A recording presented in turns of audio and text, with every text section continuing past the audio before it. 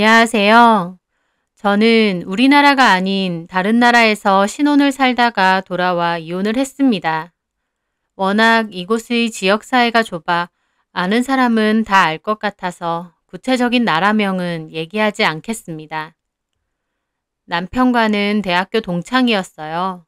그때는 남자친구였죠. 남친네 가족은 다른 나라에 이주 후 정착해서 살고 있다고 하더라고요. 남친도 대학은 한국에서 다니지만 졸업하면 다시 그 나라로 가서 아버지가 하는 사업을 물려받을 거라고 했습니다. 아버지는 그곳에서 큰 한인 식당을 운영한다고 하시더라고요. 남친네 형도 그 가게의 2호점을 운영한다고 했고요.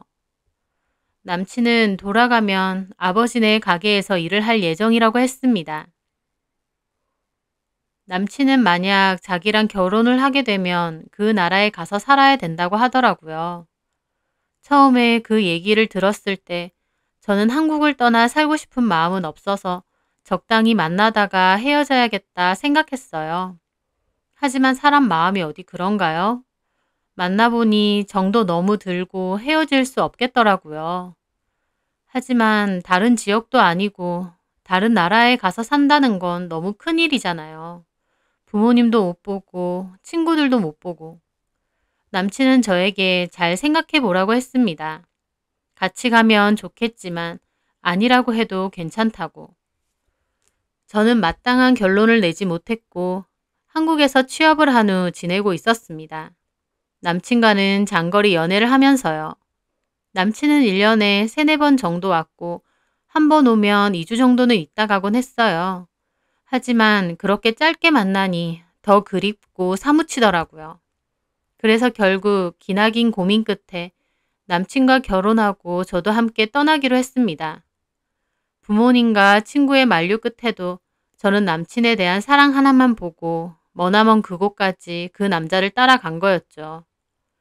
그곳에서 시댁 식구들은 저에게 참 잘해줬어요. 시부모님도 제가 부모님 곁을 떠나 이렇게 온 게 고맙고도 안쓰럽다며 잘 대해주셨고 형님네와도 잘 지냈죠. 아무래도 사업을 다 같이 하다 보니까 가족끼리 자주 보고 가깝게 지냈어요. 저도 타지에서 외롭게 남편만 보고 지내는 것보다 가족끼리 복닥거리는 게 좋더라고요. 특히나 아주버님의 아내인 형님과는 마음이 너무 잘 맞았습니다. 형님은 한국에서 온 저랑은 다른 케이스인 게 이미 친정 부모님이 이민을 오셔서 여기서 고등학교 때부터 살았다고 하더라고요. 그러다가 교회에서 아주버님을 만나게 되면서 결혼까지 하게 된 거라고요. 형님네 부모님은 여러 곳에서 사업도 크게 하시고 영향력이 있다고 하시더라고요. 형님은 부잣집 딸이었지만 그런 티도 내지 않고 성격이 털털하고 쿨했습니다. 그리고 저를 특히나 많이 챙겨줬어요. 친정 부모님도 계시고 쭉 여기서 살아온 본인과는 제가 다른 처지다 보니 더 신경 써주더라고요.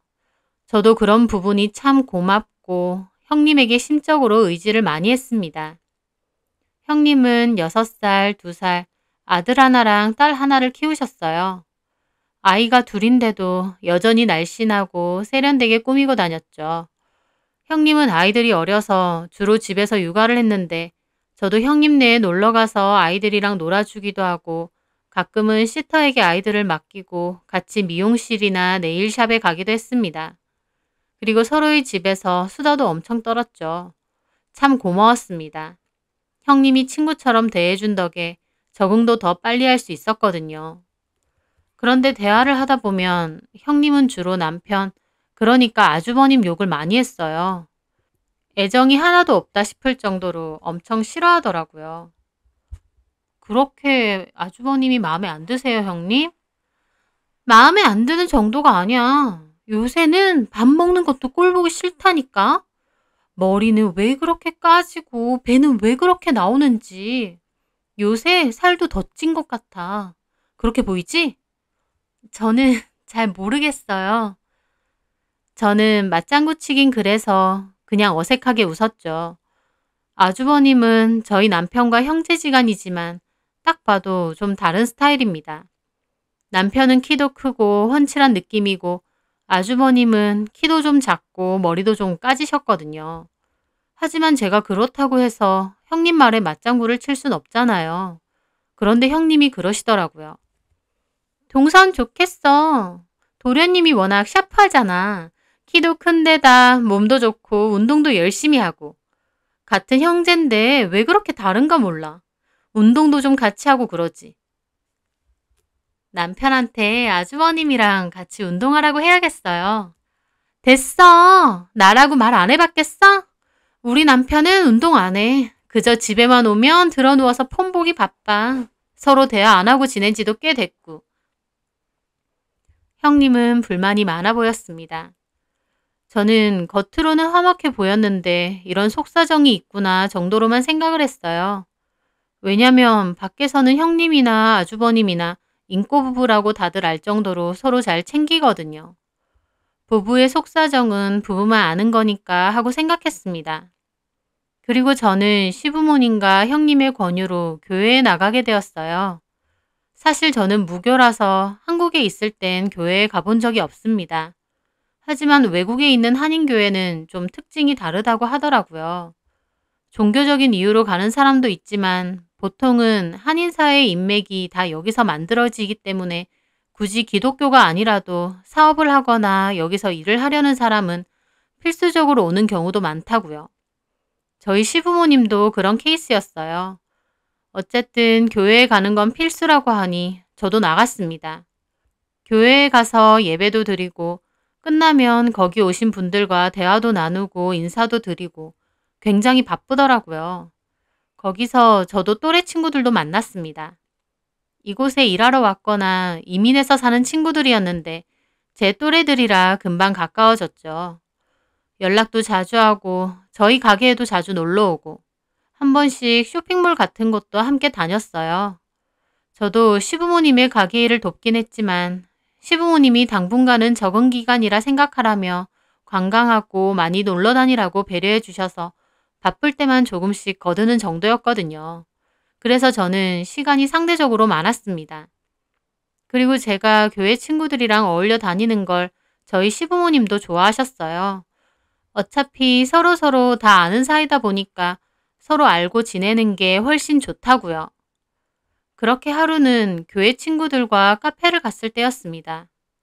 형님에게 전화가 와서 전화를 받고 다시 돌아와 앉았거든요. 시실리아라는 이름을 쓰는 친구가 묻더라고요. 은서야, 여기 와서 지내는 거 이제는 익숙해? 많이 익숙해졌지. 근데 처음 왔을 때부터 사실 괜찮았어. 가족들이 잘 챙겨주시기도 하고. 그래, 잘 챙겨줘야지. 남편 하나 믿고 여기까지 온 건데. 너도 참 대단하다. 내가 생각해도 참 대단해. 지금도 남편 너무 좋지? 그렇지. 아직 신혼이잖아. 아기 가질 생각은 없고? 아직은 없는데 생기면 낳으려고. 그렇게 평범한 대화를 나누는데 저한테 불쑥 그러더라고요.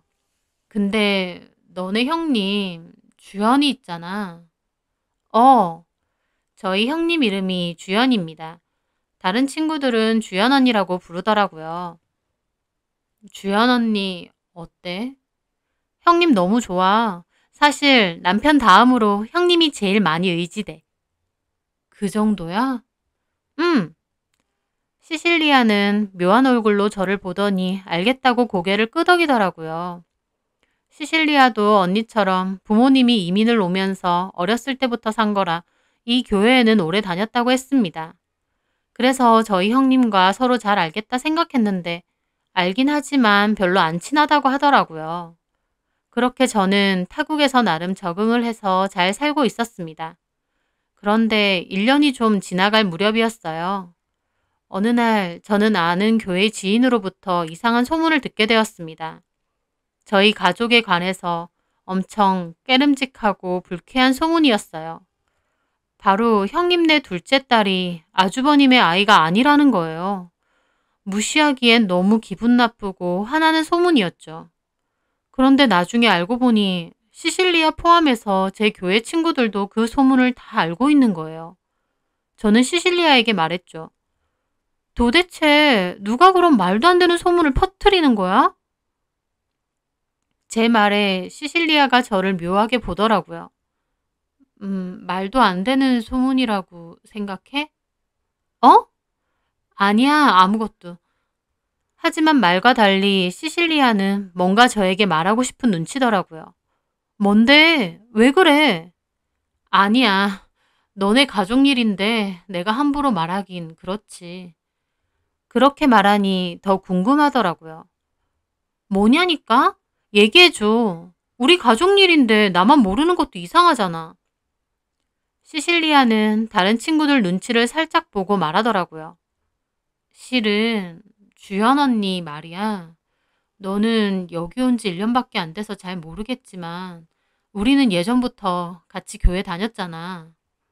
음, 주연 언니 사실은 조금 유명했어. 뭐가? 나도 뭐 그냥 카더라로만 들었는데 주연 언니 결혼 전 청년 구역 예배에서 안 사귀어 본 남자가 없다고 사람들이 티를 안 내서 그렇지 유명해. 저는 그 말에 친구에게 조금 화가 났어요. 갑자기 그 얘기를 왜 해? 그건 결혼 전이잖아. 남자 많이 만나봤다고 이런 이상한 소문 나는 것도 괜찮다는 거야? 제가 좀 불쾌한 기분으로 말하자 시실리아도 놀란 얼굴로 다시 말하더라고요. 아, 미안해. 그런 뜻으로 말한 건 아니고 언니가 원래 소문이 많은 사람이다. 그런 거지. 친구의 말인즉슨 형님의 품행에 관해 원래부터 교회나 이 지역 사람들 사이에서 말이 많았다는 겁니다. 하지만 저는 오히려 불쾌하더라고요. 인기가 많아서 결혼 전 연애를 많이 해봤을 수는 있지만 그게 외간 남자의 애를 낳았다는 끔찍한 소문하고 무슨 연관이 있나요? 저는 누가 그런 악의적인 소문을 낸 건지 형님이 걱정되더라고요. 하지만 그 소문을 들은 형님은 정작 대수롭지 않게 생각했습니다. 됐어. 그런 소문 신경 안 써. 저는 형님 성격이 정말 쿨하구나 생각했어요. 어쨌든 그렇게 그 일은 지나가는 것 같았는데 그맘때 저희 집에도 조금씩 문제가 생기고 있었습니다. 남편이 그때쯤 부쩍 수상한 행동을 하고 다니더라고요. 집에도 자꾸 늦게 들어오고 핸드폰으로도 누구랑 연락을 하는 것 같은데 찾아보면 문자며 카톡이며 싹 지워놓는 겁니다. 여자는 직감이라는 게 있잖아요. 증거가 분명한 건 아니지만 남편의 행동은 의심스럽더라고요. 그래서 제가 인터넷을 찾아보다가 타임라인이라는 걸 확인할 수 있는 방법이 있더라고요. 실시간으로 인터넷 위치 추적이 가능한 방법이었습니다. 저는 그걸 남편 폰에 설정해 놓고 제 폰으로 확인을 했어요. 그런데 막상 타임라인을 수시로 확인해 봐도 기껏 가는 데라곤 가게랑 저희 집, 형님네 정도밖에 없더라고요. 하지만 그럼에도 남편에게 뭔가가 있다는 생각은 계속 들었습니다. 남편에게 말해볼까 싶기도 했지만 정확한 증거가 없이는 함부로 닥달하면 안 되겠더라고요. 그렇게 뭔가 찝찝한 기분으로 속만 끓이고 있는데 결정적인 그 일이 있었던 겁니다. 어머님에게 전화했을 때 어머님이 오늘 가게 일찍 마쳤다고 하셨는데 정작 남편은 저에게 단체 손님이 있어서 늦는다고 하면서 안 들어오는 거예요. 제가 타임라인을 확인해 보니 남편은 정말 가게에 있긴 하더라고요. 저는 이 타임라인이 위치를 못 잡는 건가? 오류가 있는 건가? 하면서 긴가민가한 기분으로 그 길로 택시를 잡아 타고 남편네 가게로 갔습니다.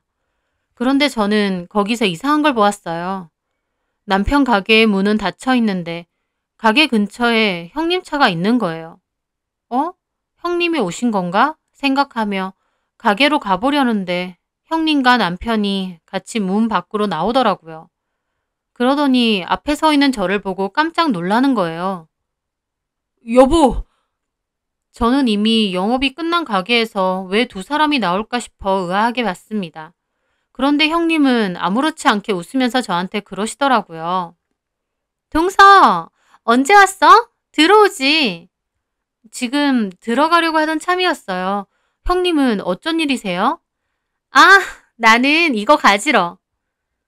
형님이 음식이 든 통을 보여주더라고요.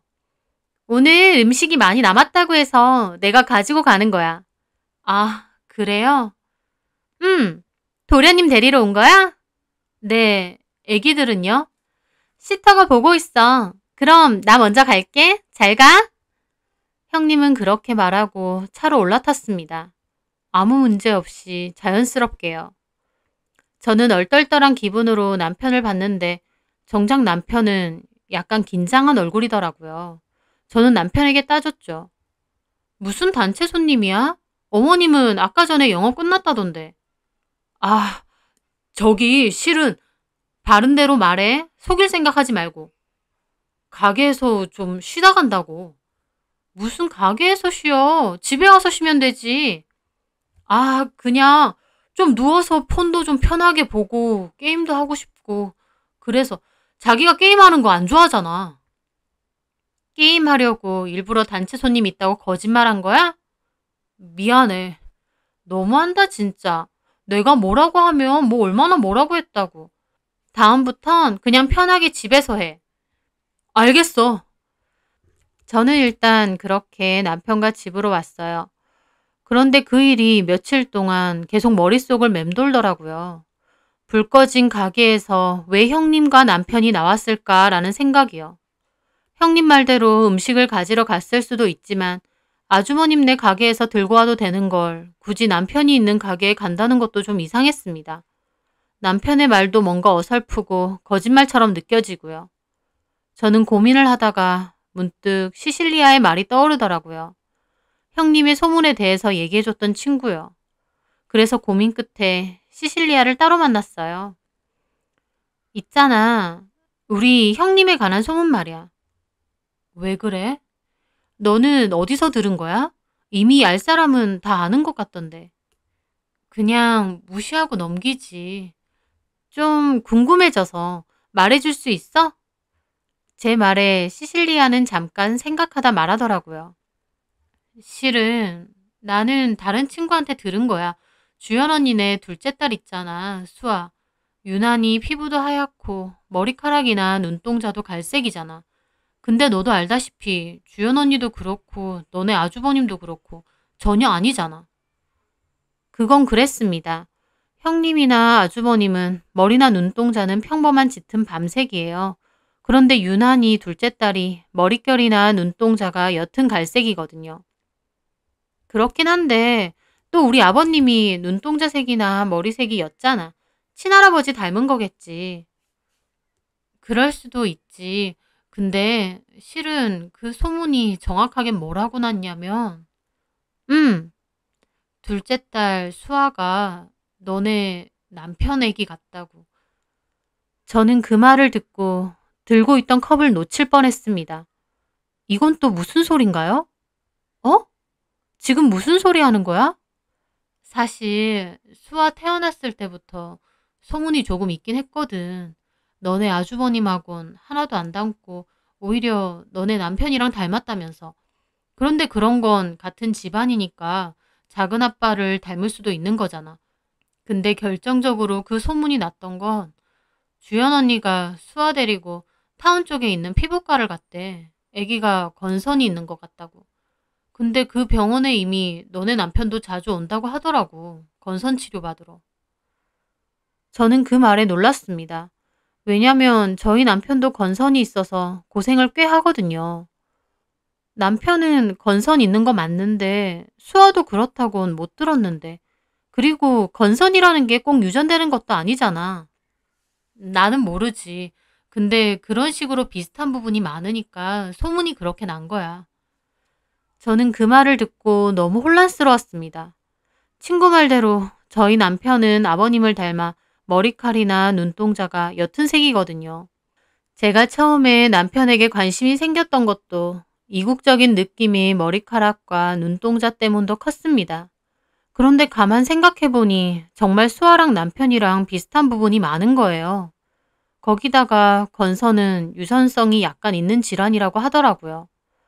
사실 저도 형님네 아기들을 많이 봤지만 첫째와 둘째가 사뭇 다르게 생겼어요.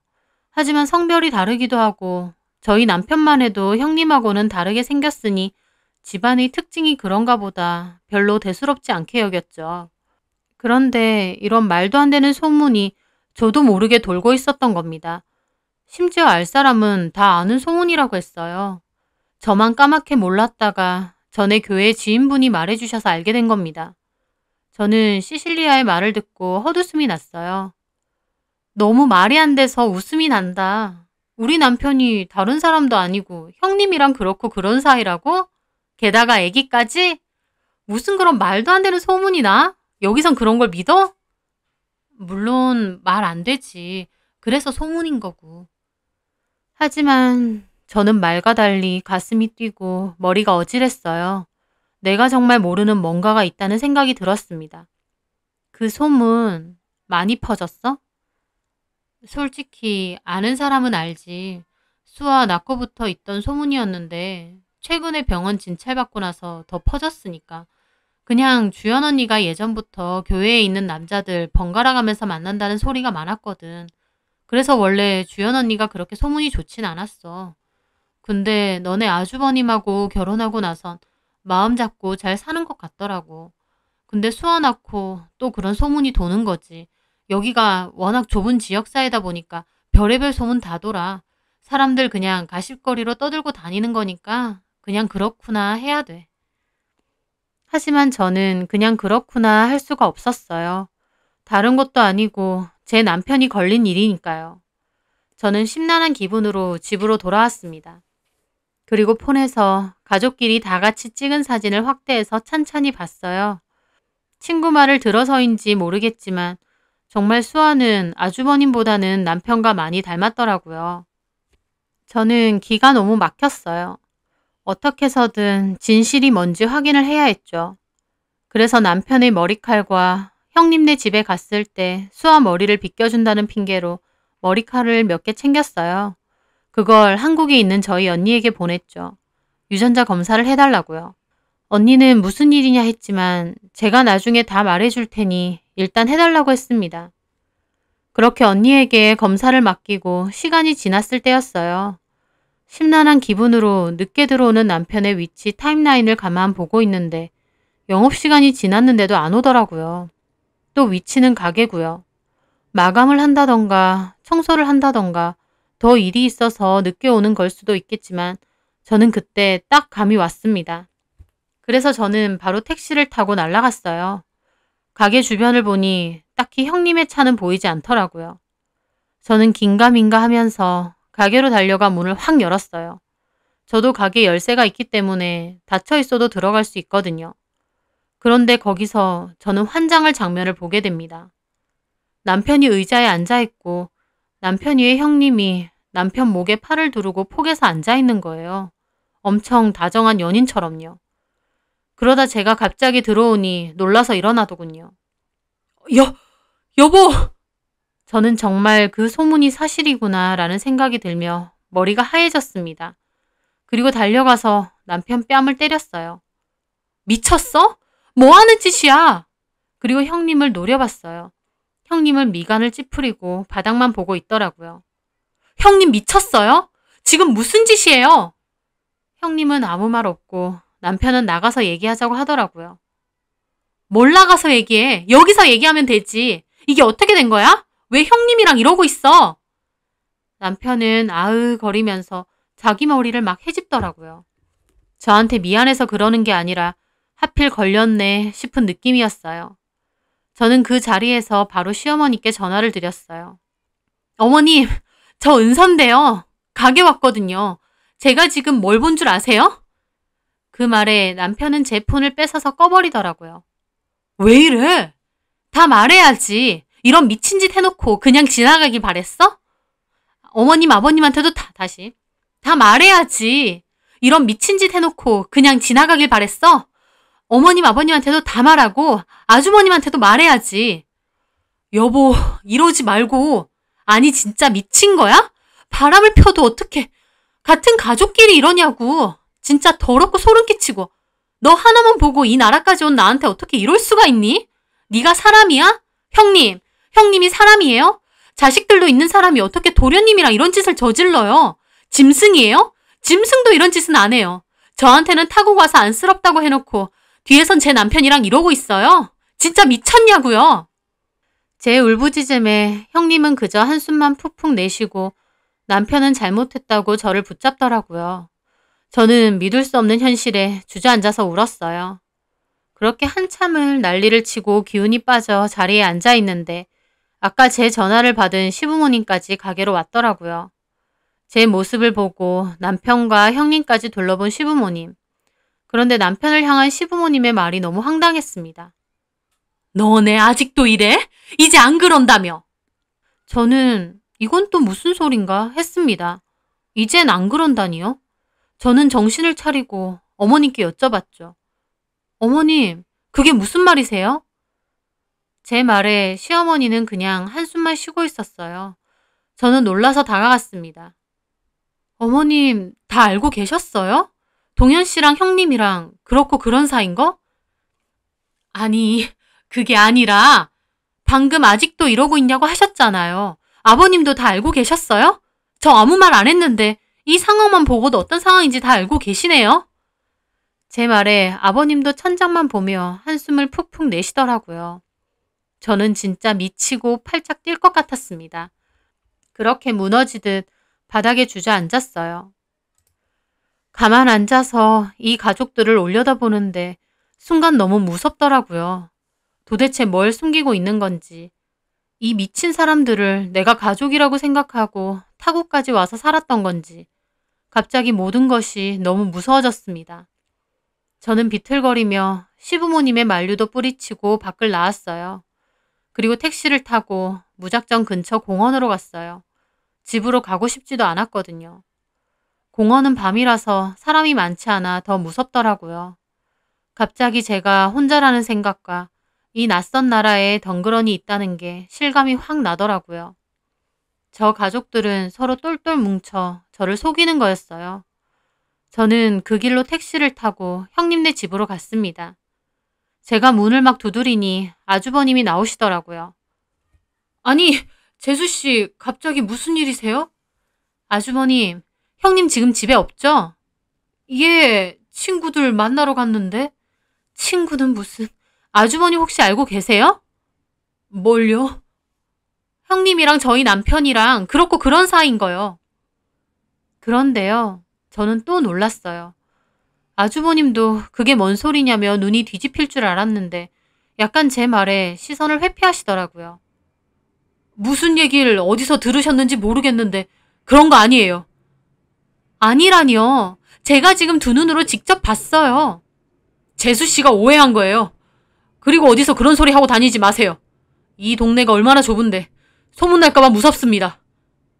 저는 그 순간 아주버님도 다 알고 있었구나 싶어 또 충격을 받았어요. 이 집 식구들은 다 알고 있었던 거예요. 형님의 남편인 아주머님까지요. 저는 충격으로 어버버하며 물어봤죠. 수아가 진짜 저희 남편 딸이에요? 제 물음에 아주버님은 눈이 엄청 커지더니 따지더라고요.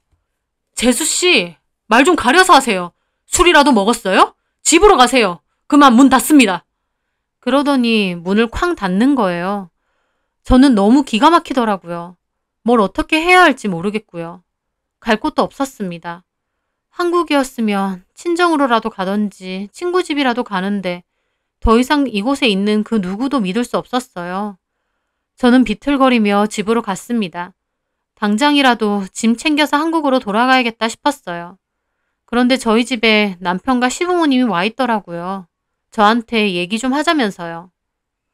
그 사람들이랑은 말 한마디 섞기 싫었지만 한편으론 진실이 뭔지는 알아야겠더라고요. 그래서 남편에게 말했죠. 좋아. 하나도 숨김없이 다 얘기해줘. 내가 직접 눈으로 봤는데 더 이상 뭘 숨겨? 최소한 나에 대해 일말의 양심이라도 있으면 다 솔직하게 말해줘.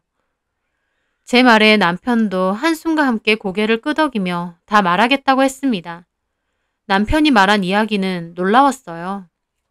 남편은 형님과 몰래 만나왔던 게 맞고 몇 년 전에 시부모님께 들켰다고 했습니다. 그때 시부모님도 난리가 났는데 형님을 못 쫓아낸 건 형님네 부모님이 여기서 크게 사업을 하시고 저희 시부모님도 이런저런 도움을 정말 많이 받았대요. 사업적으로나 인맥적으로도. 물론 지금도 받고 있고요. 그런 부분이 얽혀서 쫑을 내고 싶어도 못 냈다고 합니다. 대신 다시는 만나지 말라고 확언을 받았고 두 사람은 그냥 없던 일로 하고 형수와 도련님 사이로 지냈다고 해요. 저랑 결혼도 하고요. 그런데 얼마 전부터 다시 만나기 시작했다는 겁니다. 저는 남편이나 제가 형님이라고 불렀던 그 여자나 둘 다 죽여버리고 싶더라고요. 저는 떨리는 기분으로 물어봤습니다.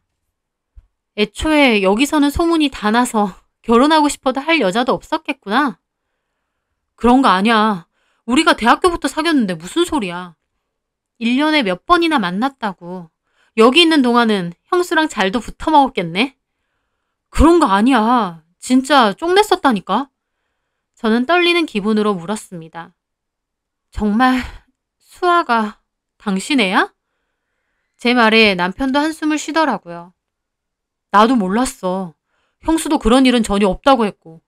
그런데 형수가 갑자기 얼마 전에 실은 내 애라고 한 거야. 정말 남편의 애가 맞았습니다. 망치로 머리를 맞은 듯 멍해지더라고요. 혹시나 했는데 역시나였어요. 어머님, 아버님도 아셨어요? 제 말에 어머님이 힘없게 고개를 끄덕이시더라고요. 미안하다.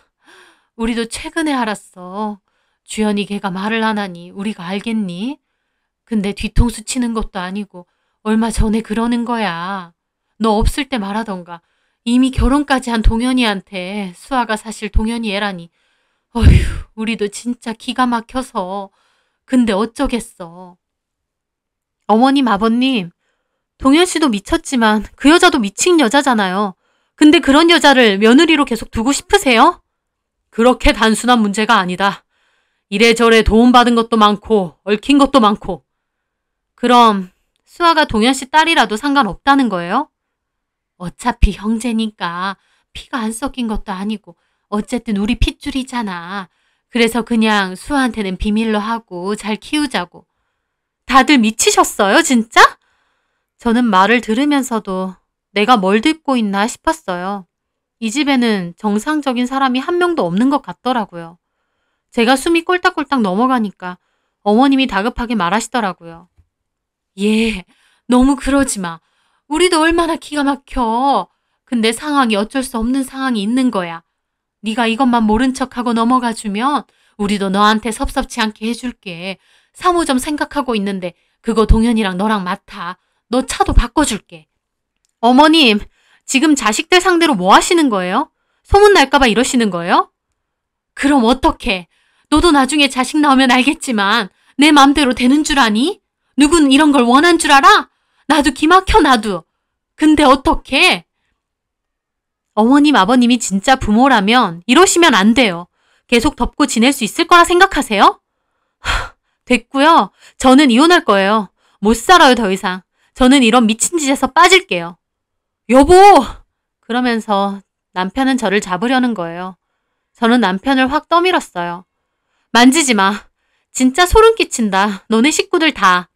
앞에서는 나한테 잘해주는 척 하더니 사실은 여기서는 소문나서 결혼도 못할 둘째 아들 아무것도 모르고 한국에서 온 나한테 떠넘긴 거네. 와, 진짜. 저는 그렇게 방으로 들어가 한참을 울었어요. 도대체 이게 무슨 악몽 같은 일인가 싶어서요. 정말 다시는 생각하고 싶지 않은 끔찍한 일이었습니다. 그런데 공교롭게도 그 다음날 언니한테서 연락이 왔습니다. 은서야, 이거 누구 거야? 친자 맞대. 더 놀랄 것도 없었습니다. 어제 남편 본인 입으로 다 들었으니까요. 저는 끓어오르는 속을 뒤로하고 언니에게 한국 돌아갈 거라고 했습니다. 언니는 무슨 일이냐며 놀라는데 저는 가서 설명한다고 했어요. 저는 그 길로 가장 빠른 항공편을 찾아서 한국으로 넘어왔어요. 도저히 거기에 있고 싶지 않아서 짐은 필요한 것만 대충 싸서 온 거였습니다. 한국으로 돌아와 제 얘기를 들은 저희 부모님은 난리가 나셨어요. 시부모님께 전화를 해서 미친 집구석이라며 한바탕 싸우셨고요. 저는 잘 살아보겠다고 남자 하나만 믿고 외국을 갔다가 이런 꼴로 도망치듯 돌아오니 기분이 말도 못하게 비참하더라고요. 그렇게 친정에서 마음을 진정시킨 저는 본격적으로 이혼을 준비했습니다. 남편은 한국에 있는 변호사만 선임하고 자기가 오진 않더라고요.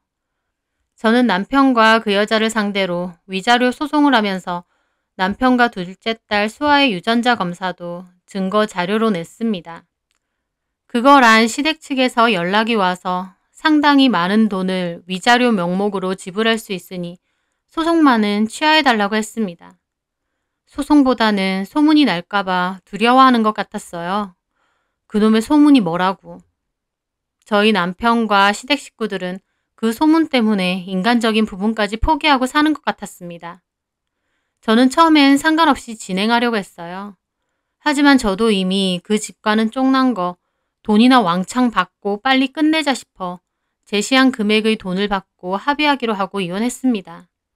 하지만 제가 굳이 말 안 해도 나중에 시실리아에게 들으니 아름아름 소문이 나서 알 사람은 다 안다고 하더라고요. 형님이 아니 그 미친 여자가 너무 대놓고 남편네 불 꺼진 가게에 자주 드나들기도 하고 또 저랑 이혼하고 제가 한국으로 가버린 것 때문에요.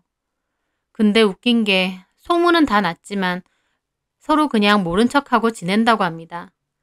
다 서로의 이해관계가 얽혀 있다 보니까 얼굴 붉힐 일 없이 그냥 뒤에서 소문으로만 이야기가 돌고 도는 거라고요.